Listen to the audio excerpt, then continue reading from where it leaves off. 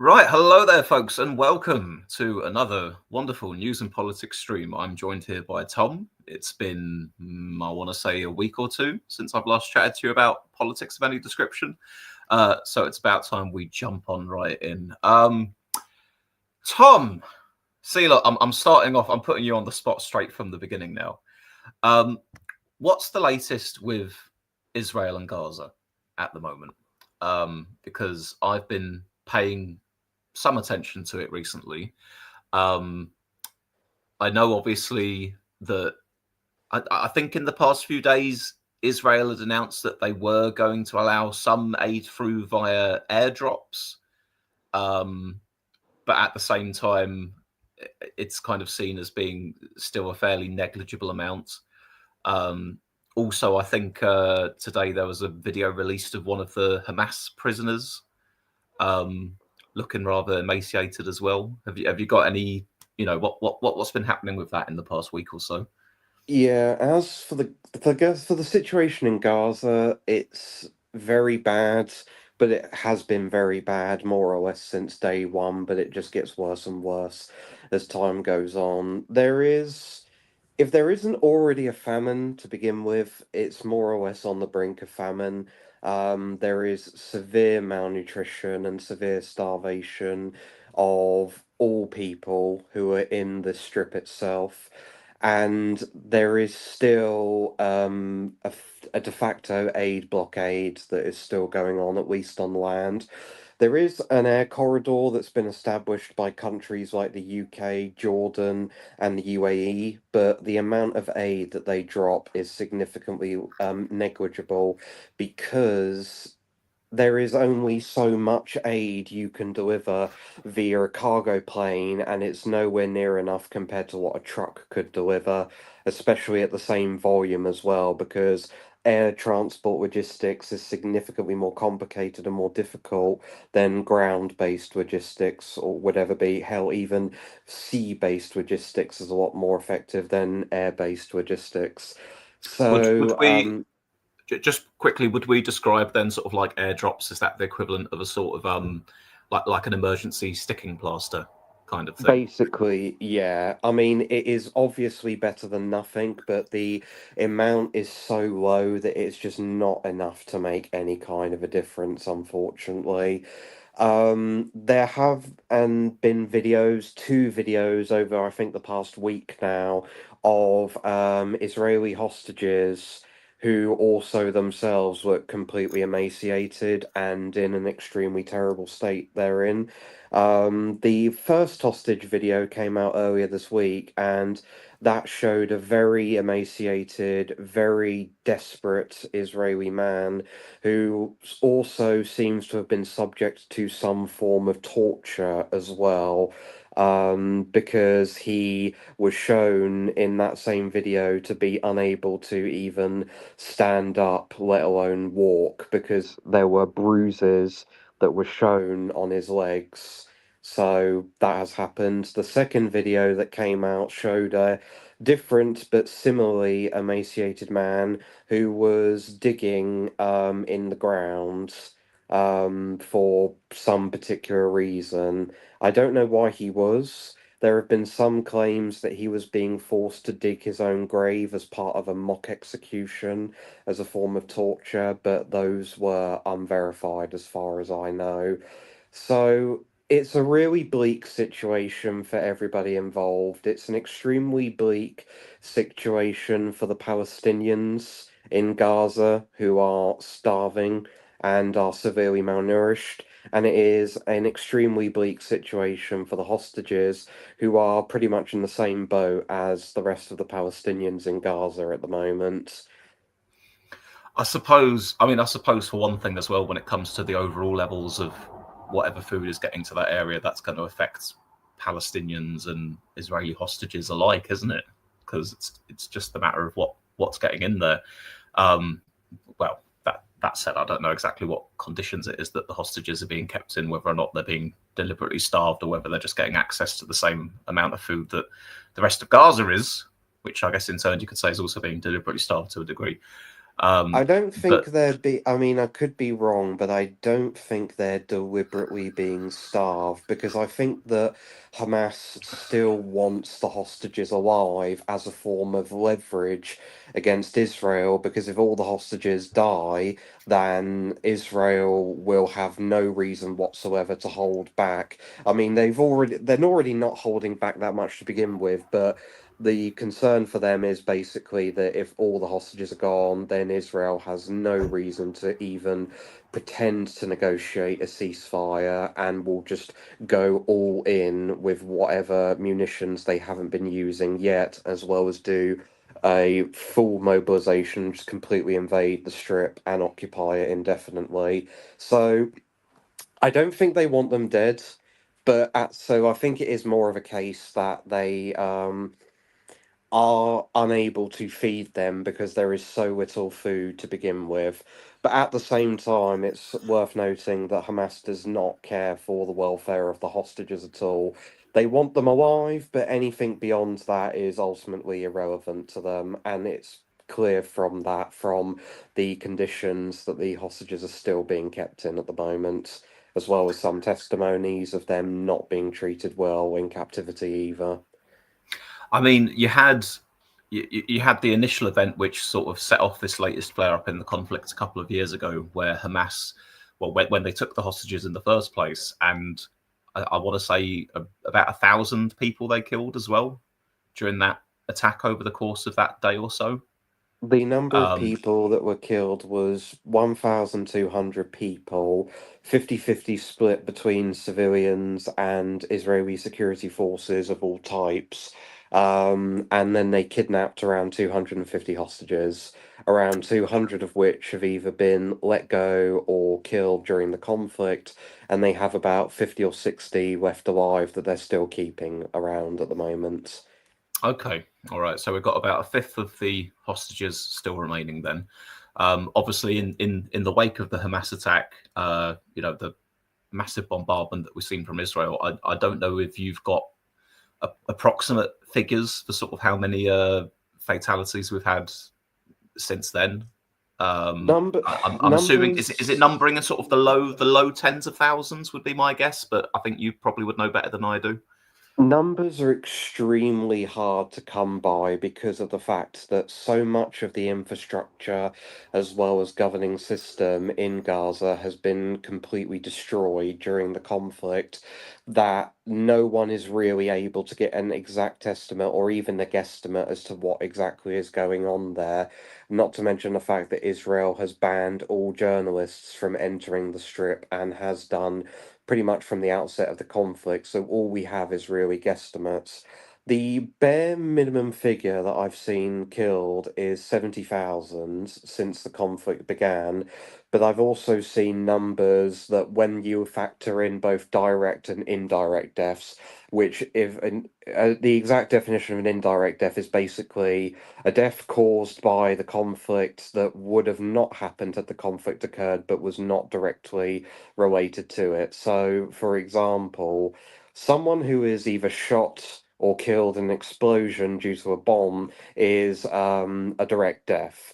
But an indirect death would be something like disease or starvation or lack of medical care, something of that nature, basically. Something that wasn't directly related to one of the participants involved, but but a death that occurred that would have not happened had the conflict not began.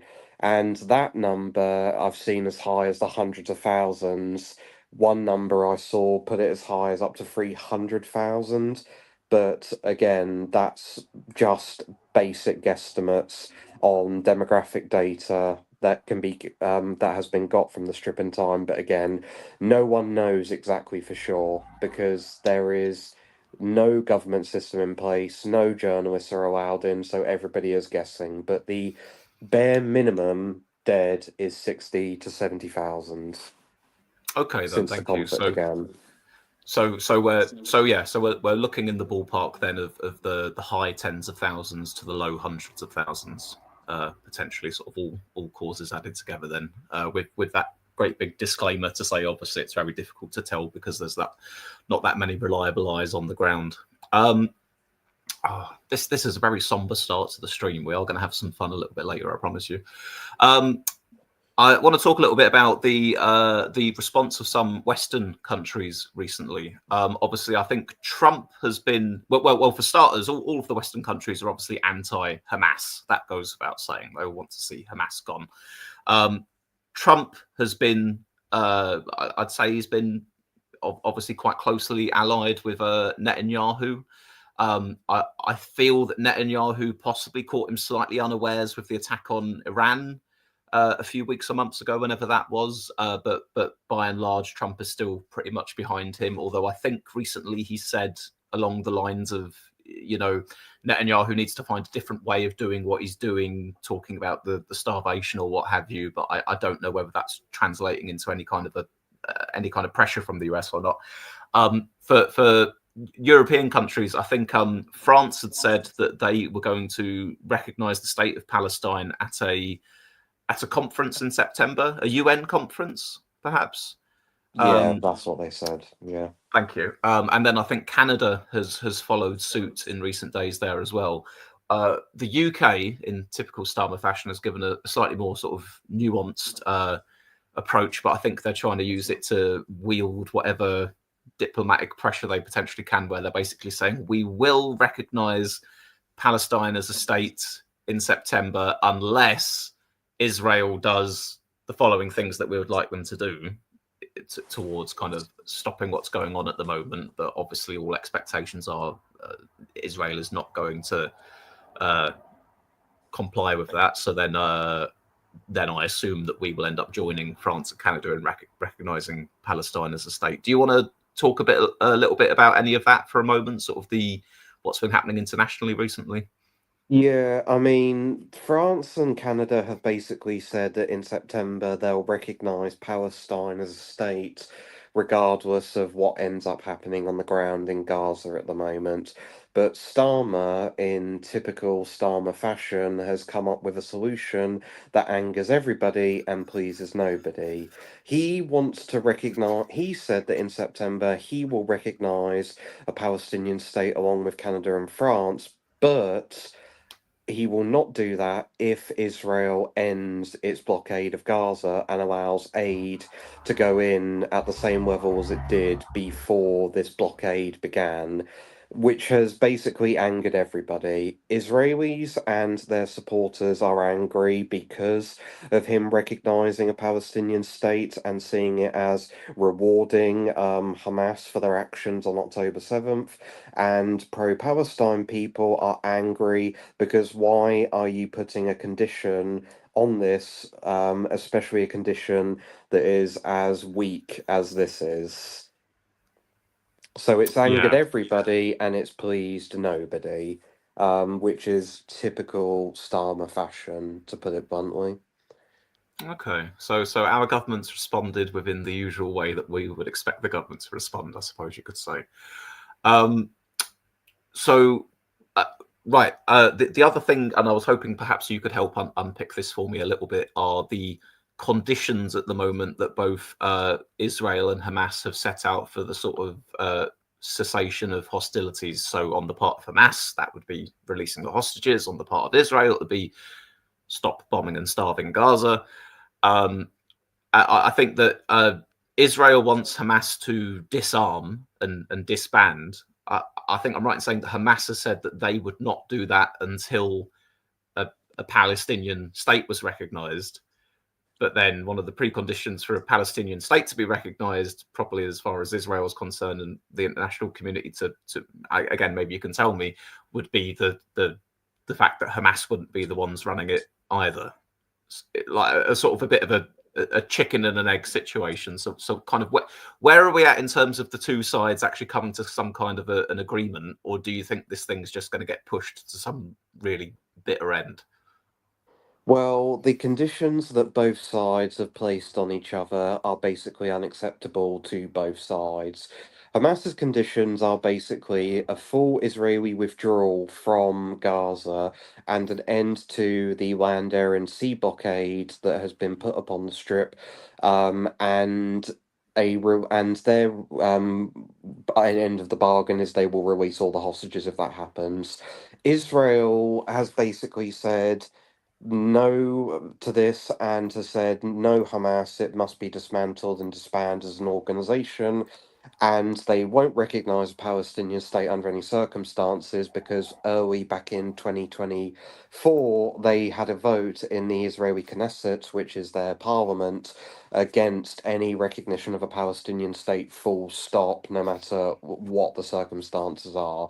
And Israel's solution has constantly flip flopped throughout the conflict between having Gaza be ruled over by the Palestinian Authority, who currently rule over the West Bank, or giving it to a third party to rule over, whether that be the US, the EU, or a coalition of Arab countries in the Gulf states like the UAE, Saudi Arabia, Jordan, Oman, and Qatar, to name a few.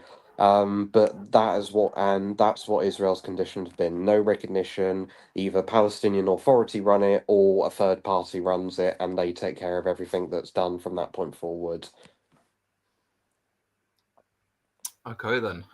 So in terms of, I suppose, the near term, then what can we reasonably hope for as a improvement to the overall situation? Would it be some kind of a temporary ceasefire, perhaps a few more hostages being released, perhaps more aid being allowed through for a period of time? Because all of this looks very bleak at the moment.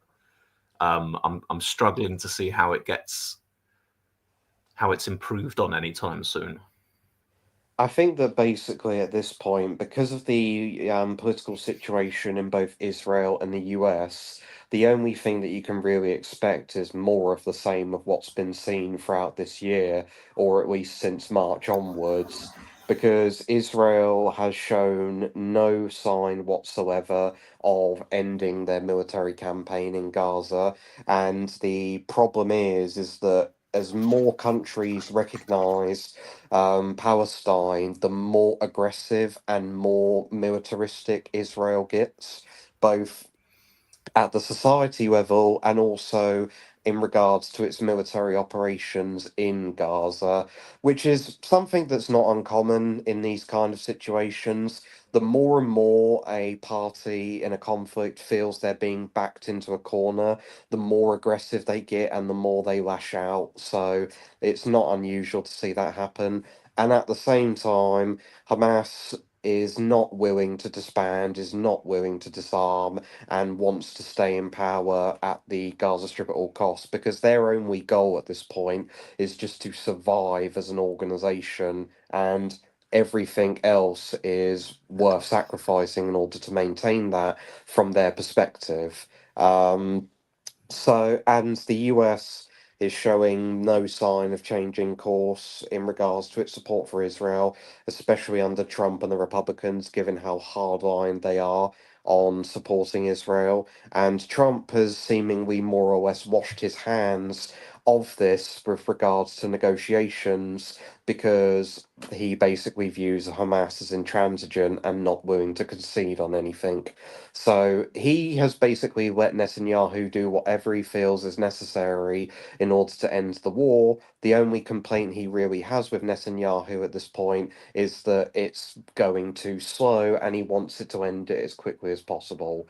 So at this point, you can only really expect more of the same moving forward. There is really no sign of this ending anytime soon at the moment. France and the UK and Canada may recognise Palestine as a state, and I suspect that Israel's response to that will be more aggression, more violence, and an increase in military operations in response to that happening. Well, whenever I see a response from sort of like a senior Israeli government minister to stuff like the UK or another country saying that they'd recognise a Palestinian state, the comment that always comes out, they always say, "Oh, this is a gift to Hamas. This is rewarding terrorism and rewarding the fact that they killed and kidnapped people, a couple of years ago, or indeed still have the hostages for that matter." But obviously, the counterpoint to that I'd make is that actually, at the time when those attacks initially took place, all these Western countries, allies of Israel, we were projecting Israeli flags onto monuments and landmarks, a show of solidarity internationally, saying, yes, we want to see the hostages released, etc., etc. It's been a gradual change in tone over the course of the couple years since, namely because of what appears to be very much the indiscriminate killing of vast amounts of civilians, many, many times more than the number of Israelis that had initially been killed by Hamas. And this refusal to let significant amounts of aid or medical supplies through. That's the factor that's provoking people into action towards recognizing a Palestinian state rather than any kind of a tacit acceptance of Hamas. Yeah, I mean, but the problem is at the moment is that Israel, as is the case for any society that gets deeply involved in a war of this nature, is only just becoming more and more radicalized as time goes on. And each time another country comes out and recognizes a Palestinian state, they double down on that because they just see themselves as becoming increasingly isolated and frustrated that the international community doesn't see the war from their perspective, because their perspective is we were attacked first. It was the worst attack in our history. It was the biggest loss of life of Jews since the Holocaust happened. Why are you siding with the people that started this war in the first place and not with us? Because we are the victims. That's the perspective that they see it from. And so any sort of recognition or support for the Palestinian cause will just be seen as a proxy to support for Hamas, is the way that Israel sees it. So, I mean, it's just a bleak situation all round. There's no real light at the end of the tunnel for this, and it got especially bleak after the Republicans won at the end of last year in the presidential election. Oh, I've just lost you on the mic there, Tom. All right. So no, I don't see how this ends anytime soon, and so I think that this is going to be more of the same moving forward, and I don't think it will be just limited to Gaza as well. I suspect that there will be further escalations in the Middle East in general. Israel has made it clear that their business with Iran, it remains unfinished because the enriched uranium that was located at the Fordo um, nuclear enrichment facility was moved out before the US attacked it. So I would not be surprised if at some point later on this year the conflict between Israel and Iran resumes to try and target that enrichment uranium. I'll just touch on a few comments here in the chat quickly as well before we move on. I've had Lee Baller says the goal of Hamas is Palestinian statehood. Tom, they would disband if that occurred, as they'd have no further reason to exist in their current form. Is there anything you want to say on that, or are we just going back to the sort of chicken egg of no statehood with Hamas still being there? Hamas will still be there until their statehood. Do. I mean, they claim that, but the thing is that I simply don't believe them because their actions in the mid 2000s completely disprove this. Because when there was a chance to push for a unified Palestinian front, especially putting pressure on Ehud Olmert, who was willing to recognize some kind of a Palestinian state. Hamas basically launched an uprising in Gaza to throw out Fatah and seize control of the strip themselves. Um, they say that they would disband, but for me, it seems clear that they have governing ambitions as well, that they want to be the ones who end up ruling over all of Palestine rather than Fatah, who they see as little more than just glorified Israeli collaborators. So while they say they disband, I just do not believe them, because their actions in the early and mid 2000s do show that they have government ambitions and governing ambitions that go beyond their stated goal of just getting a Palestinian state recognized. And it's also worth noting as well is that because Hamas is a maximalist organization, the way the borders of Palestine for them isn't just Gaza and the West Bank, it's all of the land of Palestine. So that includes all of Israel as well. They have made it clear that they don't really want to coexist with Israel, and they see them as Zionist occupiers, essentially, of the land of Palestine. Well, there's a couple more comments I want to read here, and then we'll sort of unpack that and then move on to another topic, because I think we've spent nearly half an hour on this one. Urban Ace 2525 had said 80 years of illegal occupation, you're going to get resistance. And Lee Ball adds, indeed, this didn't start on an arbitrary date a few years ago. It began with the forced clearance of the land to create a new state.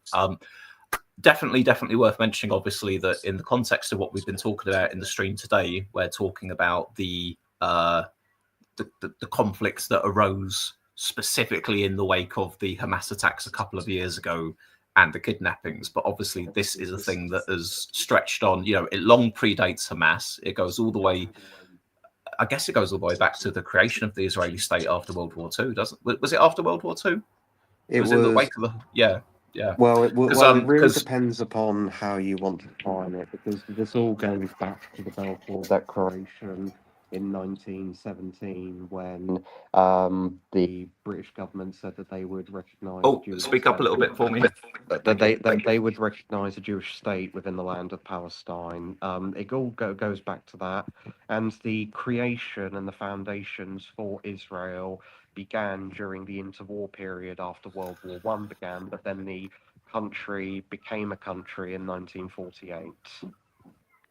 And I realised that the Israel. Oh, I'm getting a bit of echo from you there. Thank you. And I realise as well, obviously, I don't want to go over the whole history of Israel-Palestine, because there are people who dedicate their lives to being scholarly on this sort of subject, and it's far too dense for the likes of me. But obviously, at one point in time, Palestine, as it was administered by the British back when the British Empire was still in existence. Like you'd said, land was given to be a new Israeli state. And then over the course of the decades since then, you had surrounding countries going to war with Israel.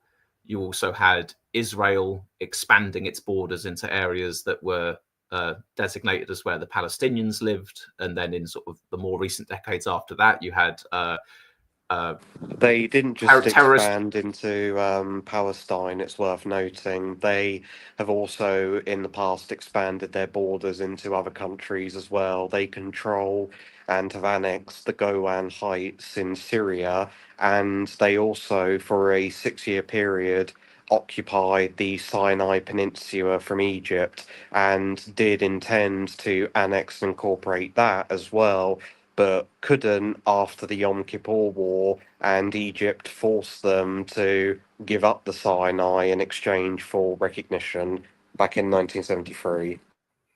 Thank you. And then in sort of more recent decades, you've had the moving in of Israeli settlements into the land that had previously been Palestine, and then obviously also you've had organizations such as Hamas increased terrorist activity towards Israel. It's been a very, very long running thing for decades and decades, which is why it's a difficult thing to sort of summarize with the full amount of context there. And thus I was kind of in this stream trying to focus more on the immediate set of events that set off this particular chain of events that's going on right now. But the way that I describe this, for my own part at least, is it's a little bit when I think about the difference between well, say when we had the troubles in this country with the IRA and that. I don't whatsoever sympathise with the IRA or terrorist tactics or indiscriminate murder of people or anything along those lines. Yet the wishes of that broader political movement to say, we want to be distinct from Britain, we want, the island of Ireland, that sort of thing. That's a motivation that I see as reasonable and fair enough. And in the same way, within this Israel-Palestine conflict, I would love to see ultimately if it was at all possible, some kind of a two-state solution where both groups of people have their own designated land, which is theirs, which, yes, it's an imperfect situation because that's what history has now saddled us with. This is something that's been going on for decades and decades. But ideally, you'd have something where both sides could coexist next to one another without either stealing land off of each other, murdering each other, kidnapping each other, whatever else. So that's, I've got a great deal of sympathies with the especially at the moment as well, with the Palestinian people in that regard, but that's not to be conflated with support for Hamas. Is there anything more that you'd like to say on this before we move on to another topic? There isn't too much more really that hasn't already been said.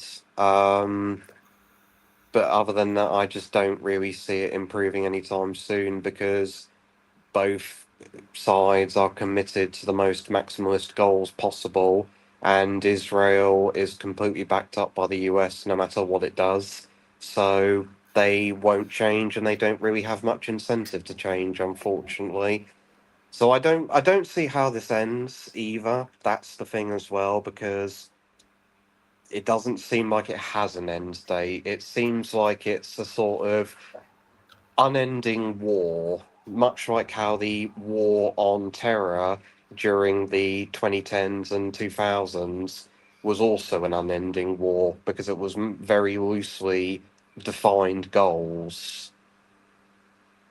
Yes. Right. One final comment, and then I will move us on.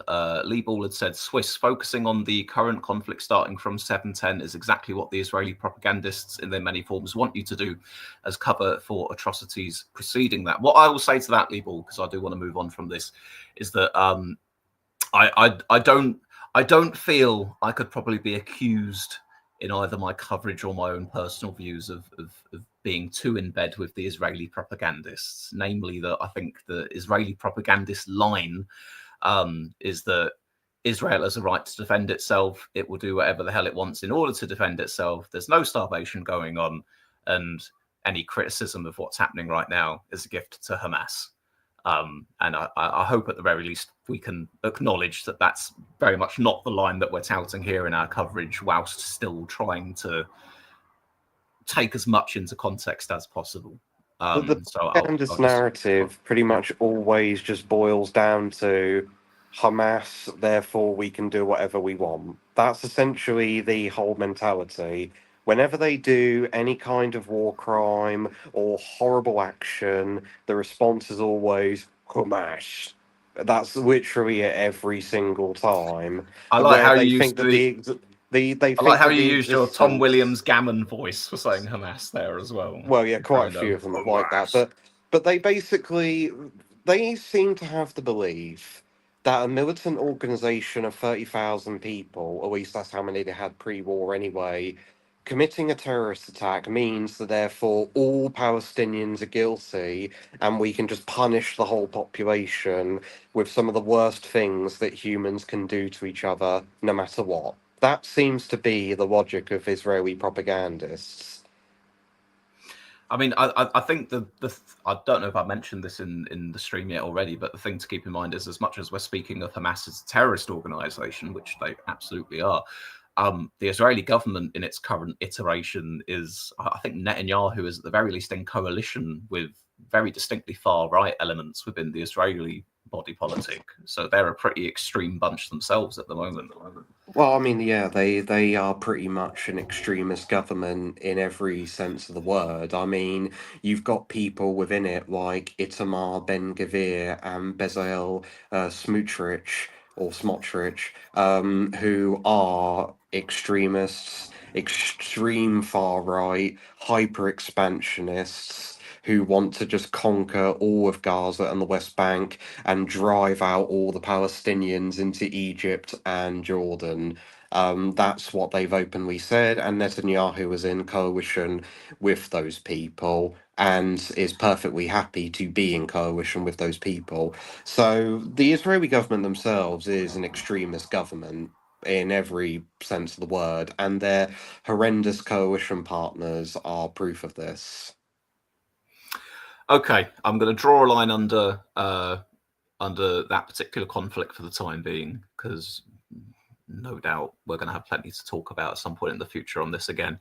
I want to pivot for a moment to Ukraine, just while we're getting all the international done before we return home. Donald Trump and Ukraine, right? Earlier in the year, you remember the display with Trump and JD Vance going off at Zelensky in the White House. You had the parroting of Russian propagandist lines coming from the White House as well, for that matter. For a while, it very much did seem like, well, what the hell's going on? He's pausing military aid to Ukraine. It seems like he's siding with Putin in some ways. It was just a really, really bad vibe on the whole thing. It appears, and I use the word appears because I can never really tell with Donald Trump, it appears he has shifted slightly in the last week or two, that he's finally began to become aware that Putin has been playing him, that Putin's just been using delay tactics and saying something that sounds like yes when actually it's a no. And maybe Trump's finally coming round to the idea that he's not going to be able to solve the Ukraine war by siding with the Russians. Surprise, surprise. And I think in recent days, in response to something that I think it was the ex-Russian president had said, that Trump was moving a couple of US nuclear subs closer to Russia as like a show of force, that kind of thing. Where are we now in terms of the, I suppose, first of all, in terms of the Russia-Ukraine conflict, just kind of what's going on there, a quick summary, if you don't mind, and then if and how things have shifted in terms of the sort of Western international picture towards it as well. For the Ukraine situation itself, Russia is slowly making gains, mainly in the Donbass area, and is also continuing to expand its goals beyond just the Donbass area. In recent days, they've said that Odessa, the city port on the Black Sea coast, is historical Russian land and should be reclaimed. So that's their basic goal at this point now. Their goal at this point seems to be conquer the Donbass and then conquer all of the Black Sea coastline area and cut Ukraine off from the Black Sea altogether, and then see where it goes from there. And they're slowly advancing and working towards that goal at the moment. As for the situation with the US and Russia and Ukraine and negotiations, negotiations have basically gone nowhere, as most people expected, because both sides have their most maximalistic options when it comes to this. Dmitry Medvedev, who is the former president of Russia, came out and made some stupid threat towards Trump in which he said, "Oh, if you don't let Russia conquer all of Ukraine, then the US will end up like Ukraine has done at the hands of the Russian armed forces." Stupid, moronic threat that he usually makes every so often because he likes to drink vodka and get drunk and post on Twitter these stupid things. And so Trump, unsurprisingly, was not happy about this, and so responded to that threat by posting two nuclear-armed submarines close to Russia in locations that have not been disclosed. So that seems to be the situation. Trump is gradually losing his patience with the Russians, and is slowly shifting to a more pro-Ukraine stance rather than a pro-Russia stance because of Russia just showing completely no willingness to stop the war or even negotiate, whereas Ukraine has been at least more willing to negotiate and make concessions, as evidenced by the mineral deal. So the direction of travel for the US at the moment has gone from being super pro Russia to gradually shifting back to being pro Ukraine because Trump is essentially just getting annoyed with Russia doing nothing other than continuing the war. So I'd be tempted to say that that's a promising development, but Trump is so volatile and unpredictable that I never really know where to place him on any given issue for any substantial amount of time. He seems to zig and zag so frequently. But at the very least, go on. Yeah. The only thing that seems to be consistent in his stance towards this Ukraine situation is if any of the sides involved say anything remotely negative about him or the US, then he takes a hardline approach against that country. But anything beyond that, and it's just more or less constant flip flopping. So when Zelensky, in his infamous meeting back in March, said, "Oh, if you don't stand with us, then Russia will eventually come for you." That annoyed Trump, and Trump was anti-Ukraine. Then, when Dmitry Medvedev comes out and says, "Oh, if you don't back us up fully, then we'll invade your country," then Trump gets annoyed and is pro-Ukraine. That seems to be the only consistent stance that he takes. Anything anyone says negative about him or the US, he takes a hardline approach. Anything beyond that, it's anybody's guess. So, next week, Vladimir Putin sends a big muffin basket to Trump and says, "What a great, strong, smart, powerful leader you are." And then maybe extends the deadline another couple of weeks for negotiations. That's the kind of vibe we're on, really. Basically. Yeah. Tom, can you see the comments we've got on the side here? Would you do you want to respond to any of them quickly for me, just while I go grab a drink? Would that be all right? Yeah, I can respond to some of them. There's only been about 3 of them regarding Ukraine, so yeah, just anything you like. I'll be back in a second. right. So I can just say for Sky Echo here, cause reason, NATO expansion or EU membership. I think the latter, given Ukraine has always been USSR Russian food store. I think, to be honest, the real reason for Russia's invasion of Ukraine is more just Russian revanchism and Russian imperialism and nostalgia for the Soviet Union's borders and the Russian Empire's borders, as well as the power and prestige that came along with that. And for the Russian nationalists like Putin, Ukraine has always been seen as little more than Russian territory. They've always viewed it as a little Russia, basically. And any attempt to break away from the Russian sphere of influence, whether that be joining the EU or joining NATO, angers Russia, and it's led to this war happening. And I think that is the real end goal of it all. It's essentially just revanchism, the idea that this is our territory, it's always been our territory, and it must be reclaimed. But obviously, the people who live in Ukraine would disagree with that and say, "Hang on a minute, we're our own country. Stop telling us what to do."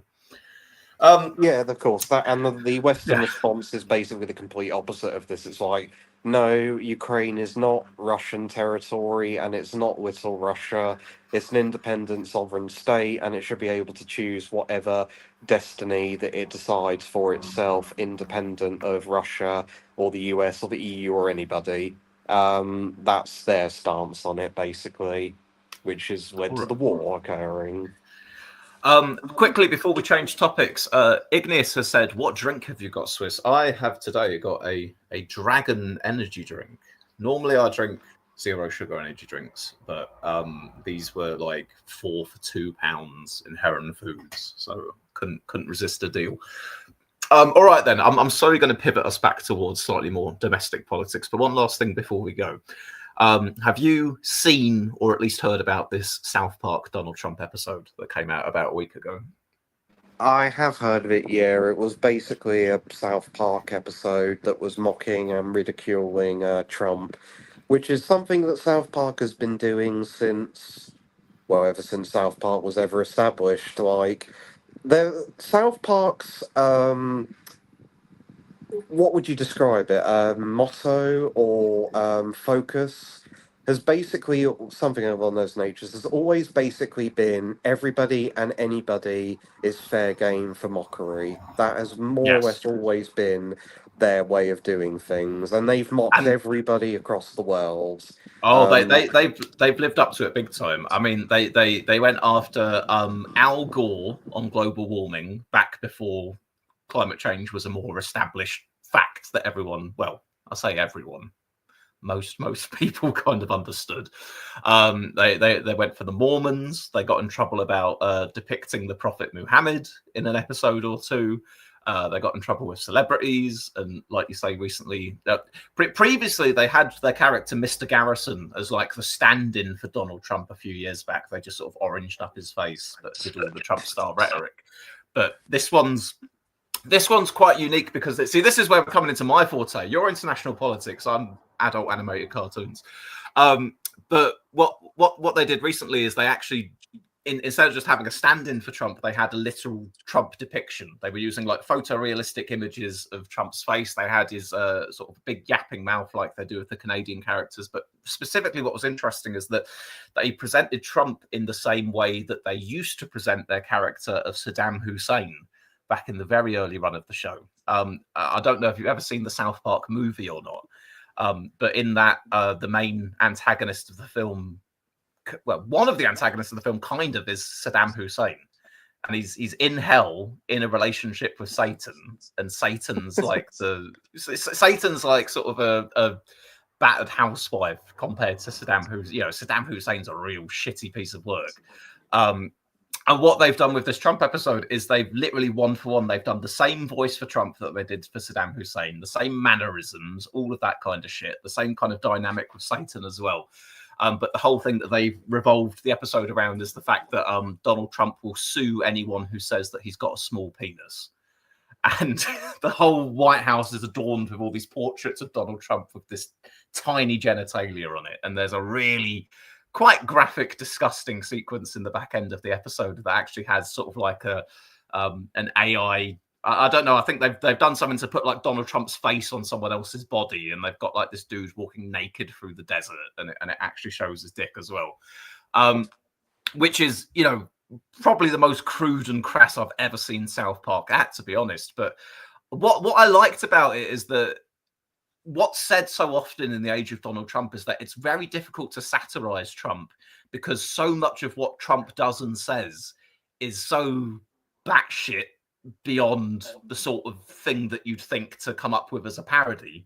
It kind of it defeats the point of it almost, like when you've got your, I don't know, your Saturday Night Live or your other things like that in America, whatever version of Trump they're trying to do in a live action format, in the end it actually ends up looking like a pretty sort of vague, washed out version compared to the genuine article. With this one, what they managed to do is they managed to distill it down to a couple of really, really tiny characteristics and completely overblow it and say, Trump is literally as bad as a Middle Eastern dictator. He's got a tiny penis and he will sue you if you say he's got a tiny penis.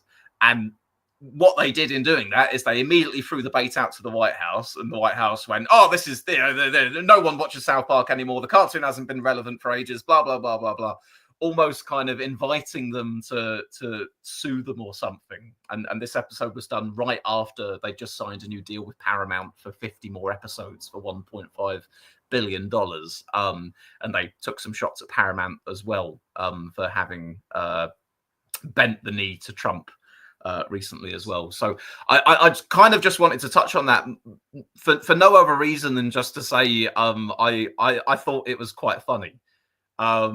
It was also, I was also a little bit disgusted by it, and I've got quite a high tolerance for that sort of thing. But yeah, I just thought, given we pivoted into Trump with Russia, the South Park episode deserved a mention as well. If you have a spare 20 minutes at some point, by all means check it out. You might find it amusing. I don't know, but it's a spectacle. I'll put it that way. It's something to see at the very least, just to go, oh, okay, I see why everyone was talking about that. Yeah, I mean, there is another conflict that flared up, I think, this week or last week, that Cameron just mentioned that reminded me of the Thailand-Cambodia border clash. Oh my! This is the international Swiss stream at this point, right? If you want to say something on Cambodia and Thailand, then go for it. But I will preface this with apologies to Cameron by saying I'm completely ignorant of what this is. Yeah, I know what this is because I followed it before, and I follow Asia Pacific affairs as well as Russia and Eurasia, so I know what this is. Basically, Thailand and Cambodia, since I'd say about the 1920s or even the 1890s, have had a disputed border with each other, mainly over religious artifacts near the Thai-Cambodia border, especially a particular Buddhist temple, or I believe it's Buddhist temple anyway, that Cambodia wanted as theirs because they viewed it as religiously significant, but Thailand had claimed control over that temple and it was withdrawn within the Thai border. And these borders were negotiated when Cambodia was a part of French Indochina as a French colony. And when Cambodia gained independence from France, it immediately wanted the border to be withdrawn and demanded that this temple be within Cambodia's borders. There has been multiple border clashes over this before, and I think there was international arbitration that ruled that the temple belonged to Cambodia, but I don't think it was ever recognized by Thailand, or it might have been the other way around. But either way, tensions flared up this year between the two sides and escalated into a direct military border clash between the two where each side exchanged rocket fire, artillery fire, and I think around about 2 dozen people were killed as a result of this on both sides. Um, it lasted for 4 days and then ultimately ended with arbitration from both ASEAN and the US, with ASEAN meaning the Association of Southeast Asian Nations. Um, there still remains very high tensions between the two, and it could flare up again. But for now, the ceasefire between the two has held, and there isn't any escalations right now at the moment. The significance of it is basically it shows the limitations of China's influence in Southeast Asia, because what made it interesting, among other things, was that Cambodia is, for all intents and purposes, a Chinese vassal state, and China has a navy port there. And yet, in spite of this escalation, China basically didn't do anything and just stood by and watched as the conflict unfolded and didn't even negotiate the ceasefire deal. It left it to the US and ASEAN, and it really highlights the limitations of China's diplomatic power and also their soft power, because this is an increasingly common trend where whenever one of China's partners or vassals finds itself in a particular military situation, China will often just stand back and do nothing until the conflict resolves itself one way or the other. So I think this is a further continuation of that trend, basically showing that while China is still gaining strength, especially economically and militarily, its diplomatic power remains very limited compared to other countries and institutions in the world. Okay, thank you very much. Well, Mr. Hickman, I hope we've managed to cater to your inquiry about Cambodia and Thailand there. Thank you very much, Tom. I'm going to take a few comments before I move us on to our next topic. Claire King says, Swiss, are you losing your hair? Anyway, do you think Keir will be in power by the end of the year? Well, let's tackle the most important question first. No, I'm not losing my hair, not to my knowledge at least. Will Keir still be in power by the end of the year? I mean, we're going to move on to domestic politics in a moment anyway, but in a word, I'll say yes. I don't see Keir Starmer being ousted in the next 5 months. That seems pretty unlikely to me. A few more comments here quickly. Igneous says the South Park movie was a masterpiece. Absolutely, it was. Liebel says the only thing I remember was to drop the T from bitch because bic is Latin for generosity. Yes, indeed. Object says afternoon all looks like Saddam Hussein has sneaks back on Earth as he's pretending to be Trump. The PSA was too much, but the rest of the episode was goodish. And Lee's also spamming comments in order to get the top XP on the chat. This is the first time I've seen this XP thing in the chat. Is that a new feature on YouTube? I only saw it when I went and looked at the stream just now, that the people commenting the most get experience points. Whatever that I think it is a new thing. I didn't even know it was a thing though, because I haven't seen a YouTube chat in a while, so I guess it's a new thing that must have been gained. Do you even gain anything from gaining this experience? Do you like rank up and get special powers or something? I don't know. Well, I think it's only for the particular stream that's happening now. So I think it resets in between streams from what I'd looked at it a few minutes ago. But you get more experience points by like commenting and super chats and stuff like that. And then you get a little sticker next to your name that has you ranked either first, second, or third as first, second, or third best commenter in the stream or whatever. So, you know, YouTube subtly nudging people for more engagement. I suppose it's good. I don't know. Yeah, it seems so. Although it could potentially promote engagement farming. That's an issue with it. Oh, there we go. Right. Well, we've got a good chat. They're not just going to spam any old crap in order to get experience points, I'm sure. Right, let's jump over to something fun, Tom, because we've been bogged down by a lot of foreign wars for the first hour of this of this stream so far. Let's talk about the new Jeremy Corbyn party, because this one's fun. It doesn't have a name yet. It was still at first. It does. It's called Your Party. Well. Okay. It doesn't have an official name yet registered with the Electoral Commission, but colloquially it's known as Your Party. But they've said that that's not going to be the final name. They think that they're going to get the members to help them decide on what the name would be. But I think Zana Sultana had said she likes the idea of the left or the left party, very sort of, you know, what it says on the tin kind of suggestion. Another one I've heard being floated around is collective, which I don't really like. It sounds a bit Borg from Star Trek for me. There have been other names that have also been created for it, which are satirical names and not going to be the actual name of it. What were the other satirical names? Oh, go on. What's your satirical name for it, Tom? Well, it's not my satirical name, but it's other people's satirical name, especially right-wing detractors of Corbyn. The nickname for it is Jezboar. That's another name that's been given for it as well. And a commenter in here called Shockwave has named it the Jezboar Ba'athist Party. Combining that with the Ba'athist movement that existed in the Middle East back in the 1970s. Wow, so Saddam Hussein's popping up everywhere in today's stream, isn't he? So this new party, from what I've heard being reported, and I don't know how accurate this is or not, but from what I've heard being reported, apparently as many as 600,000 people have signed up to this new party already,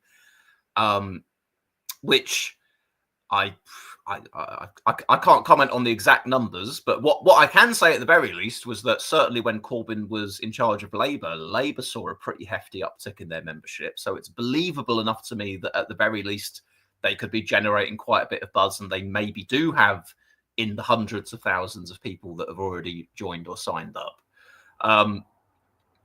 But obviously they're yet to register, yet to field candidates. I think they have had one councillor defect from Labour to them in the past day or two already. So this party without a name has at least one elected representative so far. I think the other thing that's worth noting as well is that the membership thing is a bit misleading because it's more of a mailing list and it's completely free. to sign up to. All you Ah, need to do is just ah, register your email to it, and it's perfectly ah. fine. You're counted as that. It's essentially a mailing list at the moment, anyway. They haven't said what they're going to do as far as membership goes yet. So as of now, it's just a mailing list. I mean, I wouldn't completely downplay it and just dismiss it off of that alone, because the sheer number of people that have signed up to it does show there is some kind of a desire for a party like this. But it is worth noting that it's not the same as like the peak of Labour membership under Corbyn, where it was 600,000 people joined Labour, which made it at the time the largest social democratic party in Europe. It's slightly less impressive than that because it is just a free mailing list. Okay, but let's assume, you know, the party sets itself up. Eventually, there is the possibility to become paid up members and whatnot. I could certainly see from that pool of this very large mailing list and the buzz on the left that there is around the party that you could probably end up in a situation where this Corbyn party ends up with as many or a larger membership than Reform right now. Because Reform were the big story 6 months ago in terms of party membership. There was that whole spat between Kemi Badnoch and Farage over whether their membership tracker was accurate or not, and they sort of grew and grew and grew. And I could definitely see with this new left wing party being set up that actually it could become quite a sort of a mass membership party. It'd probably outstrip most of the parties in the country in terms of membership, if not all of them. And at the same time, though, given the media's attitude towards Corbyn, the one thing that it definitely won't be in short supply of is extreme hostility and negativity towards the man. Because, well, let's just say the British media is not very fond of Jeremy Corbyn. No, they're not particularly fond. Although maybe they'll be, I don't know. Maybe they'll view him as more of a little novelty now that it's just a small minor party rather than, you know, the leader of the opposition when they are in sort of full takedown mode with him. But I'm increasingly beginning to want. I mean, I don't know. I don't want to draw comparisons with Reform too lightly. For one thing, friends on the left will be very unhappy with me comparing them to the Farage populist wagon. But on the other hand, obviously, Reform is, you know, Corbyn's party hasn't even been set up yet. Reform is sort of dominating the polls at the moment. Predictions are they'll probably end up forming the next government. They've you know, there's a lot of different factors there. But in terms of, I'll put it this way, in terms of Reform existing as a distinct right-wing alternative to the Conservatives that has gained a great amount of momentum in the past year or so, versus a still somewhat hypothetical but in the works left-wing party that would sit distinctly to the left of Labour, I'm imagining that they may end up capturing that same kind of energy, but on the other end of the political spectrum. I'm not, by the way, saying that I think they'll end up at 30% in the polls or anything like that. But I do think that that's probably the area that they're going to carve out for themselves ultimately, that they might end up becoming the go-to left-wing party in the country for people who think that Labour is too beige, to put it one way.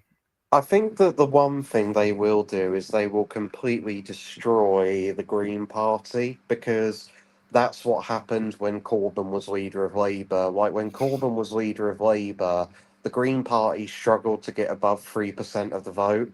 And so I could see the Green Party losing a lot of support and momentum because of the Corbyn Party. Because I think that a lot of people are voting Green now because they're dissatisfied left wing people who are very unhappy at the hard right direction the Labour Party has shifted in, especially on economic policy, and so want to have a left wing alternative of some kind to vote for, and the Corbyn Party is that alternative for them. Do you? Well, I'll mention this first of all, that the Greens are currently having a leadership contest where it's their deputy leader, Zach Polanski, I think is his name. Yeah, Uh, guy who's been nicknamed also similar to Corbyn, but his nickname is Hypno Boob, is what he's Hip, called. Hit what? It's basically because it was some incredibly bizarre story in the Telegraph that was published where apparently he used to be a hypnotist a very, very long time ago. And one This of the is so things that Green he tried. Party. This is so Green Party. Go on. And one of the things that he used to hypnotize people to do is he used to hypnotize women into believing that their boobs were bigger, apparently. Which is why he got nicknamed by right wing detractors as Hypno Boob. Um, it's Okay, incredibly stupid in I, every way possible. I'm just going to say, dear viewers, this is the first I've heard of this. So this is your reputation on the line for this particular claim, Mr. Williams. I'll have to. I will look it up because it is so bizarre. Zach Polanski hypnotherapy. Oh dear. Right. Well, we might be distracting ourselves slightly, by the way, going on Oh yeah, the... here it is. It was published on LBC. Deputy Green Party leader Zach Polanski admits performing hypnotherapy to enlarge women's breasts in the past. That's according to LBC. Well, this is a little bit embarrassing because I was actually about to introduce our special guest for the stream, Zach Polanski, to tell us a little bit about his platform. But he's dropped out of the call now because you've mentioned Hypno Boob. So I hope you're pleased with yourself, Tom. Right. So of the Green Party election, I think there's him standing. I think that there's maybe one of the current co-leaders plus another person, and the current leadership represents, I guess, sort of continuity of how things are. Zach Polanski wants to freshen and liven things up with a little bit more populist style gusto or whatever. We're yet to see where that leadership contest goes. But ultimately, on this whole interplay between the new Corbyn left party and the Greens, would there be any prospect, do you think, of like an electoral pact, anything like that? Or do you think it's just too far out to be able to tell? I think Corbyn hasn't specifically stated whether he would do an electoral pact with Polanski or not, or the Green Party or not. My guess is that they probably won't, because the Green Party's in a very weird spot at the moment because of their parliamentary representation. They've got 4 MPs, and 2 of them are in very urban, very left wing cities targeting left wing people and uni students. But at the same time, you've also got 2 MPs from rural constituencies who won basically because of the Green Conservative vote. Um, it's a very weird situation the Green Party is in right now because they seem to be split between 2 camps of people. Green conservatives who are very pro environment but otherwise quite right leaning on most other issues. But then they've also got the very left wing urban progressive university students in urban areas of the country, and these two sides clash with each other quite a lot. So it's a very peculiar situation the Green Party is in at the moment. It makes me wonder what direction they may choose to go in. Will they go with Polanski and shift in a very left wing direction in order to try and gain Labour and Corbyn votes? Or will they go and chase after Green Conservatives in order to take votes away from possibly even Reform and Tories and present themselves as a sort of unique alternative within British politics where they are much more like European Green parties rather than Anglo Green parties, because the European Green parties are more of the Green Conservative variety and rural farmer voters as well, where their focus is mainly on Green Conservatives, agriculture issues, farming, etc. So it'll be an interesting direction the Green Party will go in moving forward. I do wonder where it would go if it go where it's going to go. I don't know. My instincts were to assume, at the very least, that probably it would be Zach Polanski that gets elected in this leadership contest, just purely if nothing else, because I've heard so much about him in the past few weeks and months that perhaps there's some kind of momentum with him, but I don't know if that's just bias of what the algorithm's giving me.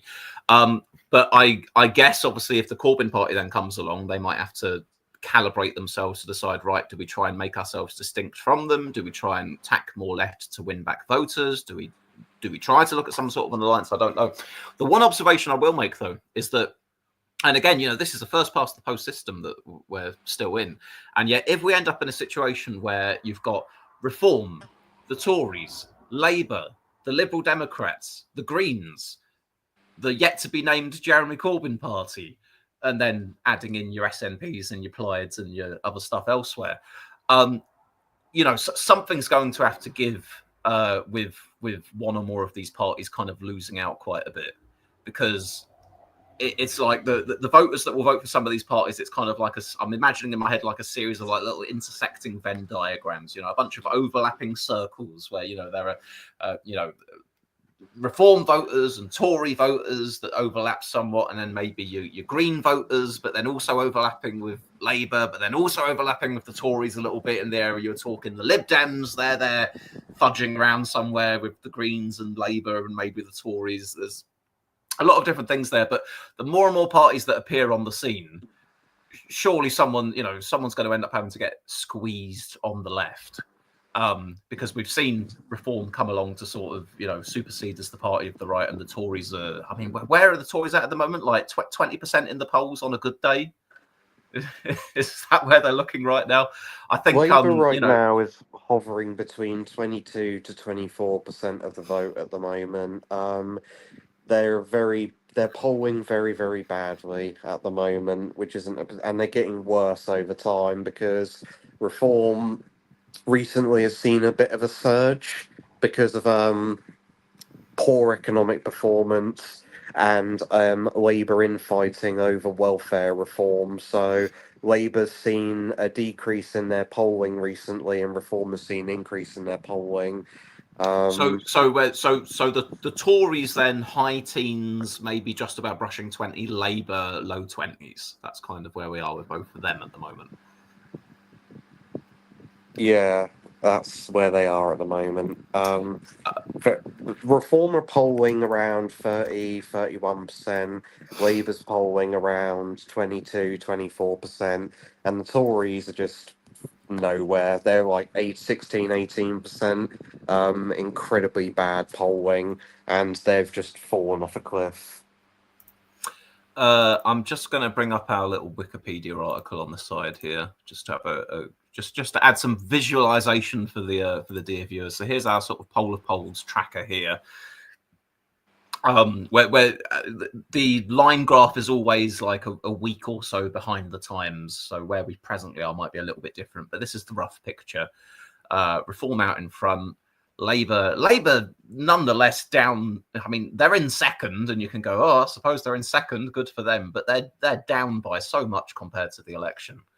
By the way, just wanted to quickly say with this Polanski story, it was apparently a form of entrapment because, according to Pippa Korea here, Polanski will now face increased scrutiny, including an early and curious brush with infamy. In 2013, The Sun ran an article which recounted that Polanski, then a hypnotherapist, had promised to use a technique to try and enlarge a female client's breasts. Polanski said the idea from the client, who turned out to be a Sun journalist, and that rather than literal enlargement, it was meant to help with body self-image, but takes responsibility and apologizes for it and didn't receive any payment for doing it. So it seems to be some sort of setup, basically, to make him look bad rather than any actual misconduct of some kind. My goodness, this stream, Tom, us echoing Israeli propaganda talking points, the Sun's propagandist right-wing talking points. What have we turned into? I thought we were better than that. No, I mean, basically, it seems to be your classic British media story of finding some guy who is left-leaning and then making him look as bad as possible with the most ludicrous, ridiculous stories that you can possibly imagine.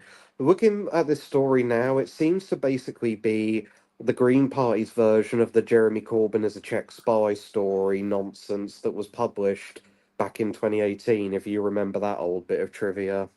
Oh, I remember. I remember. Lee Ball, by the way, deserves some recognition because he did mention this in the chat a few minutes ago about the Sun reporter. Yeah. So I thought you're. I mean, where are you in the ranking, Lee Ball? Just quickly, are you number one at the moment on this new gamified YouTube chat system that we've got going on? Let me have a little gander. Yeah, Lee Ball's number one, Sky Echo's number two, and How Low Can You Go is number three. Well, there we go. Well done, you, Lee. Podge adds the 39 other seats that the Greens are in second place are all in Labour areas. They've more to gain by going left, even if they lose the two rural seats. That's a fair point, then, Podge. Okay, so Anignis says the rankings are fixed to stop the count.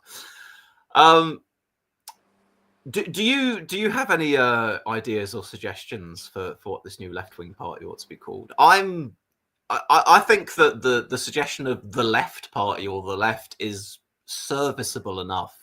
Really, it's not particularly imaginative, but it's functional.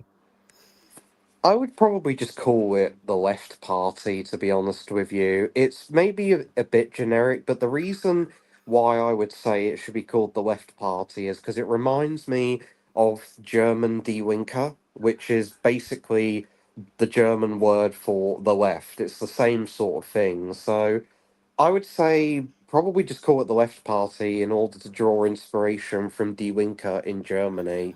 That's what I would call it.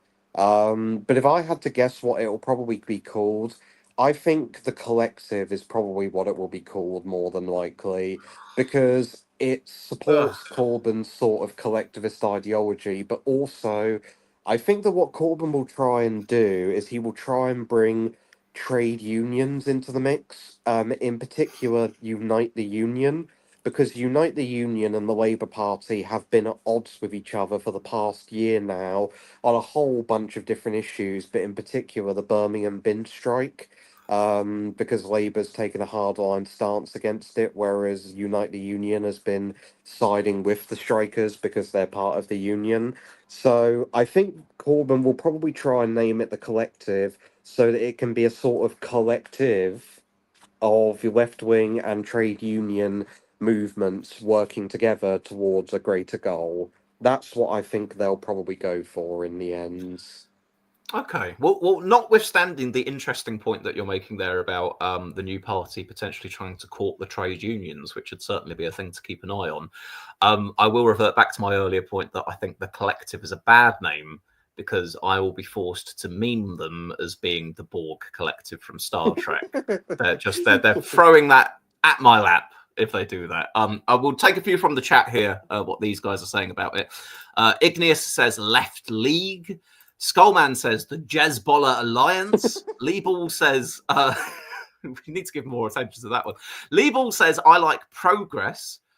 Progress is nice, but it feels sort of very, it feels very centristy. It feels like the sort of thing that back when the Independent Group for Change set themselves up, during the Brexit years, they could have called themselves Progress. The reason why I think Progress would be a bad idea is because it's exactly the same name of a Labour right wing group within the Labour Party. It's basically the Labour right faction, if anybody remembers them, because there was a right wing Blairite faction within the Labour Party that went by the exact same name that worked day and night to undermine Corbyn at every single possible opportunity that they could. So I mean, I get the idea why it would be called Progress because of it being linked to like progressivism, but I don't think it's the best of names simply because of its connotation with that right wing Labour group. I think that Collective or the Left Party is probably what they're going to go for in the end, with Collective being the most likely group to the most likely name to win out. We've got a comment here from a Skullman who says, again, referencing the collective and the Borg, resistance is futile. I feel that goes two ways almost. You could kind of have like, the supporters of the party kind of getting on board of it and turning the meme their side and go, yeah, we're up and coming. We're going to win the election. Resistance is futile. Here we come, the collective. On the other hand, though, it could be used to sort of poke fun and kind of go, well, isn't the so-called left all about, resistance, resisting oppression, resisting tyranny, resisting Donald Trump and all the like, and then you go, resistance is futile. It's a bit self-defeatist almost. Podge says, I'd like for the many party. Cameron Hickman, Commonwealth of Britain.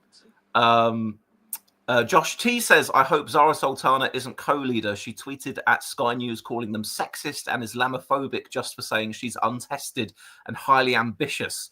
She's a woke scold. I think that I can't see how she won't be co-leader, because if she isn't made co-leader, she'll leave the party and they'll split even within weeks of being formed. So I don't think that. I think she will be co-leader. I cannot see how she won't be. And I would assume if we're going to be using the W word in our conversation here today, this probably will be a rather defiantly woke party. If you probably the antithesis to the likes of Reform on the right, this party will kind of be like, yeah, we are woke. That's what we're about. Well, they've already that'll be their thing, won't it? Well, they're already pushing a sort of progressive message on immigration at the moment, and refugees and asylum seekers as well. So, yeah, I think that this will be a woke, if you want to call it that, party, just so it can be a complete antithesis of Reform, Labour, and the sort of right wing direction that a lot of conversation is moving in these days. Josh T says woke is fine, woke scold is bad. What's woke scold? Because I've not come across that term before.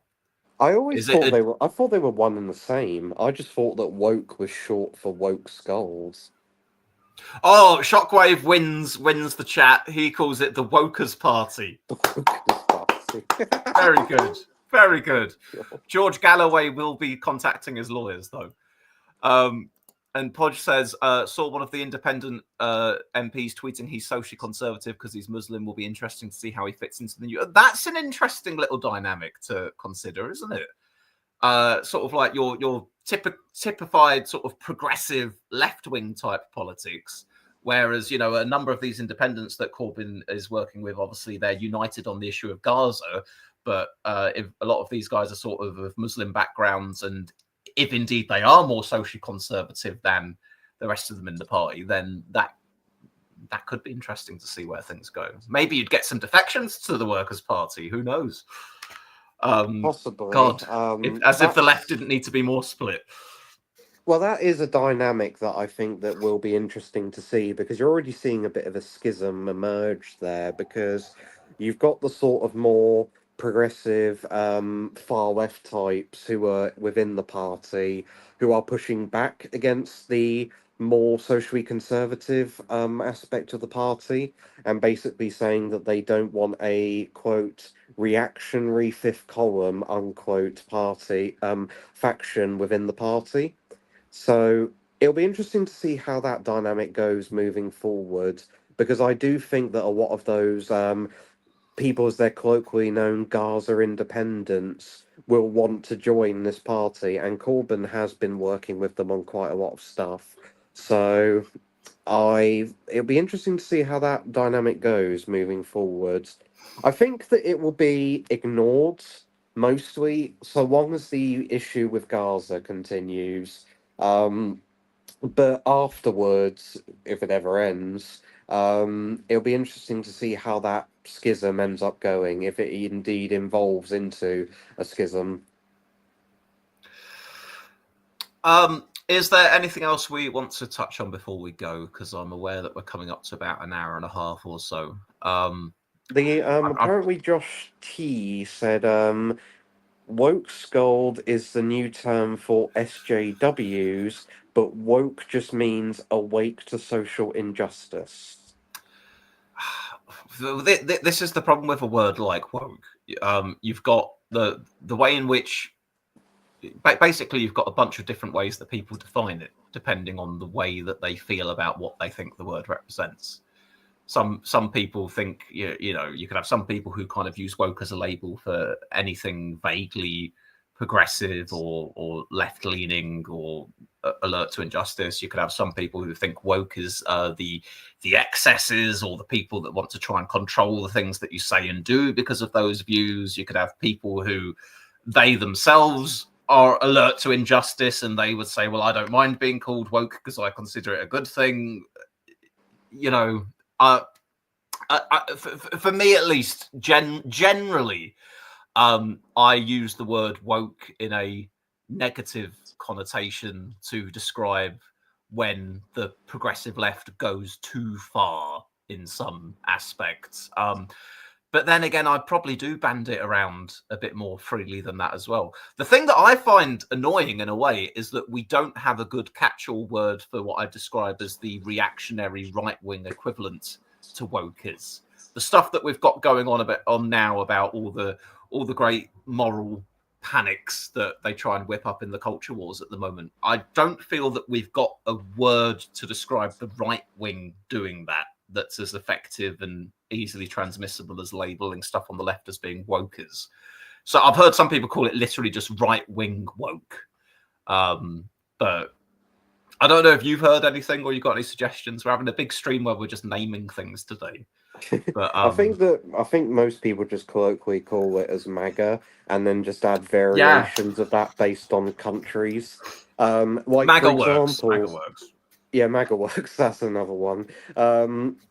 I know that Canadian hardcore right wingers are derogatory known as Maple MAGA. That's the word that they're called. Maple MAGA is what they're said. There's not really any for British, maybe like Tea MAGA, maybe.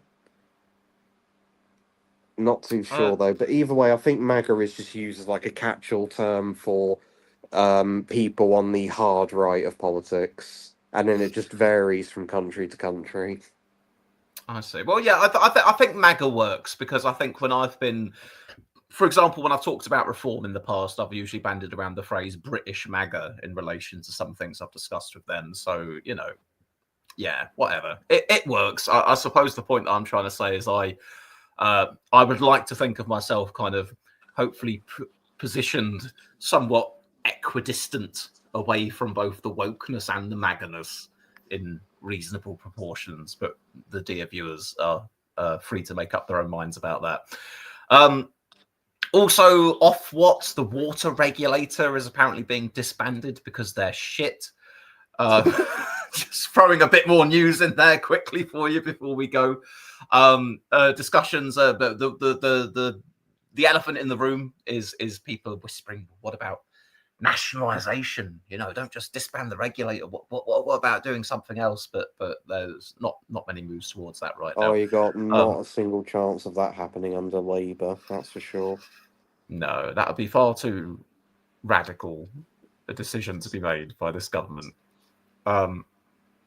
Podge says Swiss radical centrist confirmed. Yes, look at the size of my big centrist brain weighing me down. Here's a question for you, Tom. If you fast forward ahead to the next general election, and you had to pick of the main parties which one you'd prefer to be in government or which one you'd least not prefer to be in government. I'm not even asking you which one you'd vote for. I'm just saying what would you view as, you know, a preferable outcome? What would it be? And I'm going to allow you, by the way, to split hairs. I'm not even going to ask you to pick one party. I'm going to give you the option. You can have coalitions if you want. You can have confidence and supply. You can have whatever you like. What at the moment do you think would be, you know, you'd see it happen on election night and you'd go, oh, okay, could have been worse. It's honestly incredibly hard to say because they're all very bad in one way or another. I think if push came to shove, I'd probably have to just go with the Corbyn Your Party because they're the least bad of a bad bunch. Although I'm not exactly completely on board with it either, but they're really the only ones. Like, Labour are absolutely awful. The Tories are obviously absolutely awful. Reform are essentially, in my opinion, just right wing grifters who are hopelessly out of their depth. And if they got in, I very, very much imagine we would just get Liz Truss 2.0, and that would be chaos, just as it was before. The Liberal Democrats are very status quo orientated and probably wouldn't be that much better than Labour. Maybe less authoritarian and more socially progressive, but more or less just the same. The Green parties are two not in my backyard types for me to really like.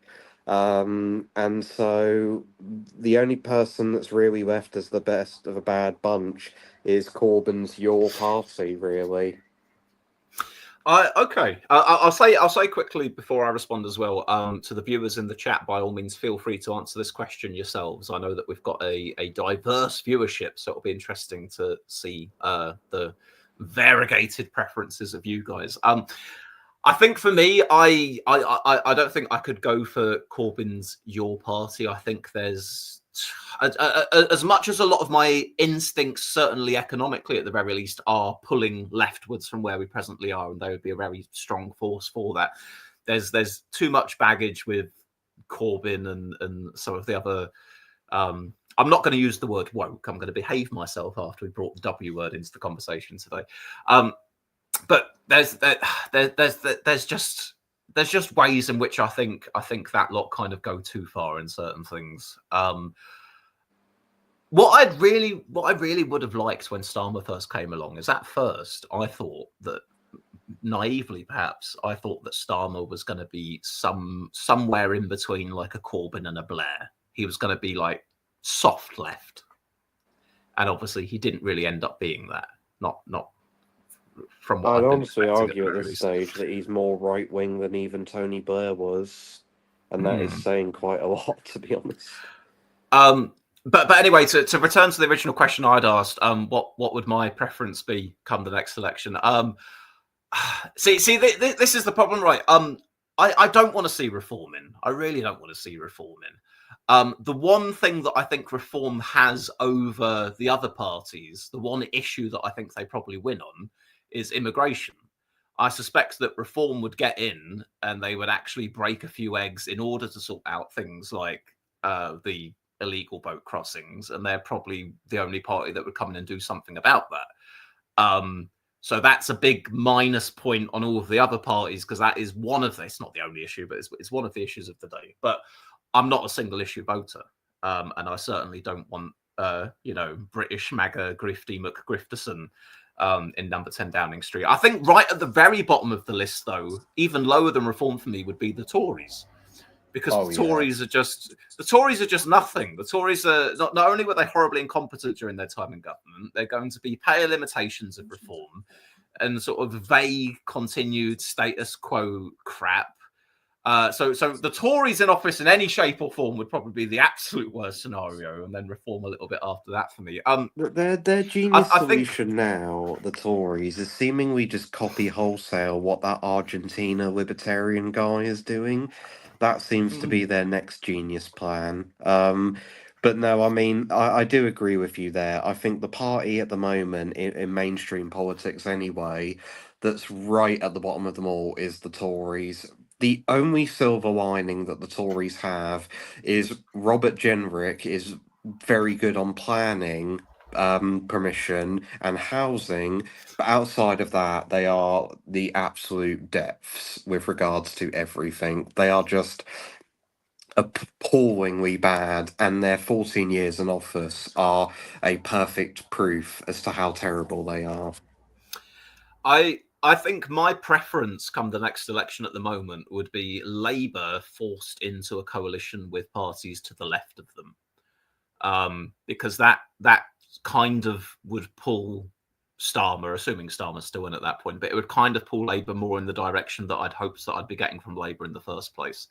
I don't want Jeremy Corbyn as Prime Minister. That ship has sailed. It was a much younger Swiss who wanted that. But certainly a fair amount of the direction that the Corbyn platform has and some of the policies that they've got, I do think would be good for the country and would improve things.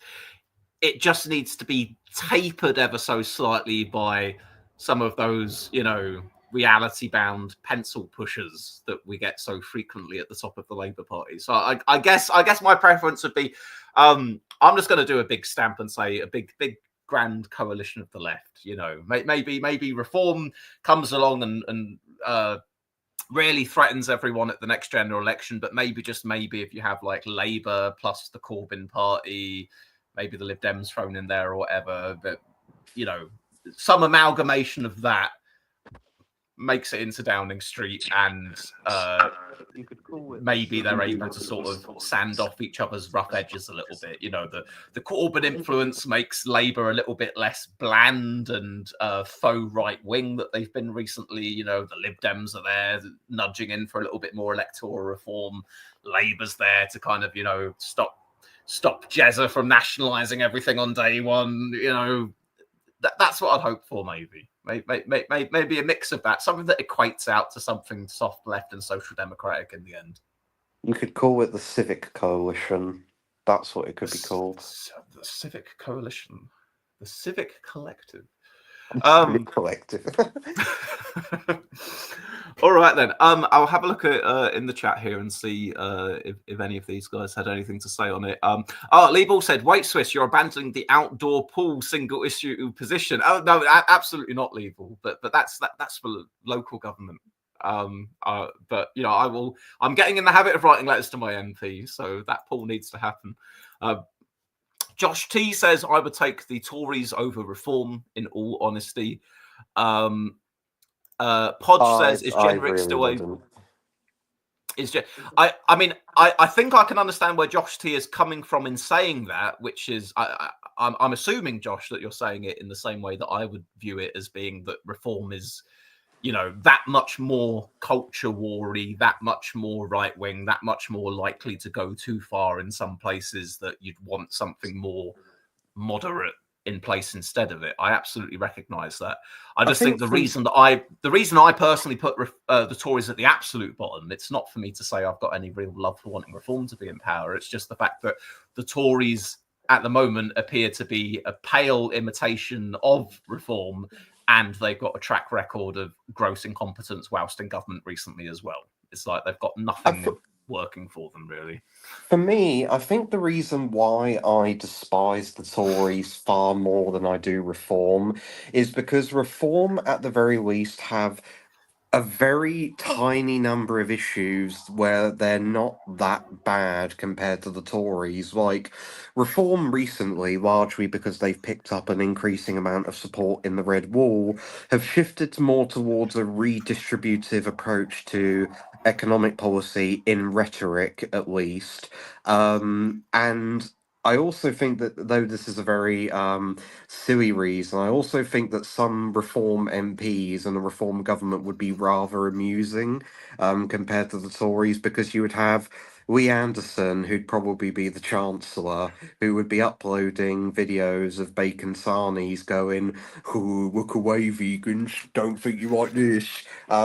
Whereas with the Tories, there's just no redeeming factor to them at all. Every single time I hear about the Tories in the news, it is almost always them proposing one of the worst policies I've ever heard in my life. Like, you'll have the news turned on, and it will be like Labour comes out and is proposing another piecemeal reform that won't do anything, and then it will be Tories want to abolish the welfare state and force and reintroduce indentured servitude, and it's like that every single thing that the Tories do these days is just, how can we be more hardline right wing on economic policy than Reform is, and basically just be the most right wing party in the country on economic policy. And again, the 14 years record of absolute abysmal government I just don't see any upside with the Tories whatsoever. With Reform, there's about one or two upsides. With the Tories, there's absolutely no upside, which is why I regard them as worse than Reform. I would also say, in the interest of a bit of devil's advocacy, though, that I think Reform potentially could have a fair few downsides to them as well that could be worse than the things that the Tories would end up doing. It's as if the Tories are sort of like a known quantity for their shitness, but Reform could come in and I don't know. They could. I mean, I don't expect that they'd get into power and they'd instantly try and do something equivalent to like Donald Trump term 2 style policies, but definitely they take their lead from that whole online right wing MAGA style movement to a degree, and there's some unsavory stuff that comes with that. So For I think me, potentially, go on. the biggest concern that I would have about Reform if they ever came in would basically for them to repeat the Liz Truss mini budget. That would be my number one concern with Reform, that the very first budget that they would propose would be enormous tax not increases, spending increases across the board alongside massive tax cuts. And that would just repeat the Liz Truss mini budget saga all over again.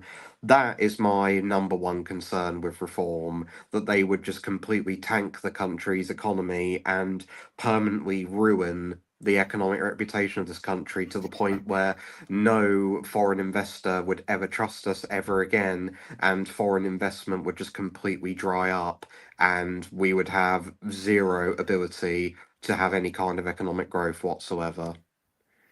That's my number one concern with Reform if they ever got in. Well, on that positive note, I think it might be time for us to end the stream today, Tom. I'll do a last few comments here. Lee Ball says you're becoming more variegated in your politics, Swiss. Skullman says Swiss have the police paid you a visit for sending your MP a letter. No, I've not been advocating for any banned organisations here in the UK in my letter, I promise. Josh T says, my biggest worry with Reform is I don't trust them to respect democracy in the way that MAGA doesn't. Skullman says Fizzy Lizzy 2.0 and how low can you go? Says Tories are just copying me now, be honest. Any last thoughts you want to share, Tom, before we wrap up today? Don't really have any other than what we've said. I find the name of How Low You Can Go is very amusing. But on the issue with Reform and democracy, I don't really see the comparison between the two because there hasn't been anything that Reform has said which has been particularly anti-democratic in the way that MAGA and Trump has. Like Farage, to his credit, has generally respected the decision of elections, even when he doesn't agree with them. Sure, he'll come out and moan about, postal The votes and postal all that vote. nonsense, but that's Yeah. just typical right-wing sour grapes. He doesn't ever do anything like, oh, I'm going to submit a whole load of court cases to the Supreme Court or the High Court in order to overturn the election result. And he doesn't do anything like that as an example. Whereas MAGA and Trump were like, no, we're serious. This was all rigged, and we're gonna not only submit court cases to overturn it, but if we don't get our way, we'll go up to the Capitol and riot. That type of thing. That's not something Reform has done, at least not yet anyway. So I don't think that the concerns about anti democratic, authoritarian, dictatorial governments really apply to Reform in the same way they do with someone like Trump or MAGA. Well, my concern slightly is that sort of Reform, Trump, MAGA, a lot of these right wing movements that have emerged in the last decade or so, a lot of them tend to sort of be somewhat in the orbit, or at least look up to the likes of Viktor Orban as kind of like, oh yeah, that's right on. That's the sort of thing that we want to be doing, you know. And Vladimir Putin as well. And Vladimir Putin as well. But even if they haven't explicitly said something that sets off the alarm bell to go, oh, look, they're saying that they're going to get in and, ban these people from voting or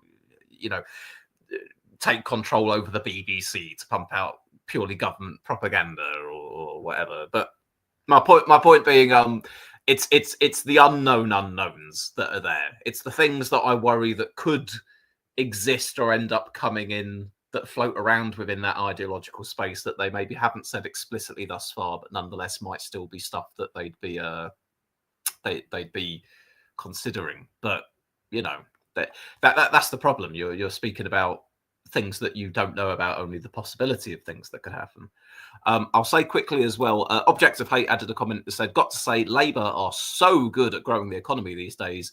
More taxes announced every month, business confidence in the doldrums. Oh yes, as much as we've shat on the Tories recently, in fairness, we should also shit on Labour a little bit as well and say that they've not been doing a particularly good job while they've been in power. Object also says, my answer to your authoritarian concerns are, how democratic is it to have unremovable civil servants running the show in the background, despite whichever party getting elected to change things? Well, I don't know. I mean, you're zeroing very specifically on the civil service here, Object. And to that, I'd say there's certainly reasonable enough complaints about the civil service that different parties have made. It for a time seemed to be like a thing that only the right spoke about. Actually, since Labour's got in, some of them have suddenly discovered, oh my goodness, we've got into government and we've just realised it's not as simple as pulling a lever and something happenings, but actually we're getting bogged down with all this same crap that the other lot were.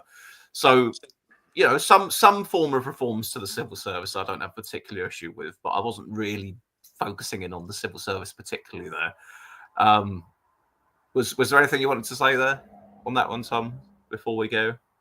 Well, I mean, I would say that bureaucracies exist in every form of government, no matter what they are, and politicians can influence civil servants as well as much as vice versa.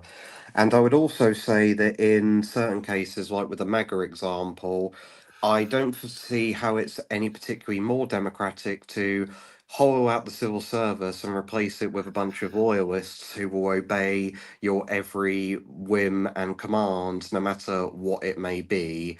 That just generates another form of groupthink that is a lot of ways just worse because it creates an echo chamber around the government as well as the bureaucracy. There's no internal debate or thought whatsoever. You've just got essentially a form. If you've got a situation where both the bureaucracy and the government are just made up of loyalists, at that point you've essentially got a form of institutional despotism. And I would argue that institutional despotism is significantly worse than even dictatorial government is. I would say, just to add to that whatever changes people would like to make to the civil service, well, Lee Ball sums it up very nicely, actually. Says, certainly plenty of fat to trim in the civil service, but use a scalpel, not a chainsaw. And chainsaw being especially poignant, because I'd also say that, the Department of Government Efficiency that you've had in the United States is not the model you want to follow. Maybe you've got some of the same goals and some of the same ambitions there, that you want to cut overall government spending, you want to make it more efficient, you want to weed out woke from the institutions or whatever else. But, don't go just en masse closing whole departments and firing people that actually, it turns out, would be quite useful to use in certain situations. Yeah, anyway, there we are. Guys, in the description of this video, there is a link to my eBay page, because recently I have been doing more and more art recently, and I'm trying to sell a few of my paintings. I've only got a couple listed on there at the moment, but I'm looking to expand that quite a bit in the coming days. So if any of that interests you, please go check it out. I would like to say a big thank you to Tom, who's joined me for today's nearly 2-hour-long stream, who's been incredibly helpful, especially when it comes to foreign policy matters in keeping up to date. Because I would argue, Tom, in all fairness, you keep track of politics a fair bit more closely than I do these days, especially when it comes to stuff happening overseas. So you are instrumental to these streams for me being able to talk about things for the viewers. And besides that, dear viewers, if you enjoyed today's stream, please do drop us a like, subscribe, ring the bell, join the channel membership, give me money on Patreon, and earn yourself some experience points in the side chat so you can get a nice sticker. There we are. I think all that's done. Right, Tom, the final word is yours. Anything you want to say? No, not really, other than it'll be the most interesting event coming up so far, outside of any sort of spoiler events, is the budget in October. That, I think, in particular, is going to be a very, very bad moment for the Labour Party, because it will be another round of tax hikes for a population that isn't expecting there to be any more tax hikes. So I suspect that Labour's popularity is going to take a real hit come the budget this later on in the year. Yeah, I think I'd agree with that statement there, Tom. I think that they're fucked, because either they've got to because either they've got to borrow more and we're already borrowing too much and it's against their rules, or they've got to raise taxes and we're already taxed too much and they said they wouldn't do it in the manifesto, or they've got to cut services and we've already had our services cut after the financial crash and they're not supposed to be doing that either. So no one will be pleased. Whatever they do, they're fucked. Yeah, expect basically a Labour decrease of probably like 3-4 points and Reform to reach the mid-30s. That's what I fully expect to happen after the budget. You know what though? The Jezbollah Left Collective Party might be up and running by then. They might siphon off a few points as well in the wake of the budget. I can see it already. Jeremy Corbyn presenting the people's budget, the alternative budget that they'd be doing instead of the Labour government, and yada yada. We've got some fun to look forward to. Things certainly aren't going to be boring in terms of our party politics for the next few years. It's looking quite lively. Yeah. All right then, guys. Thank you very much. Catch you all later on. Have a nice Sunday. Ta-ta. Goodbye.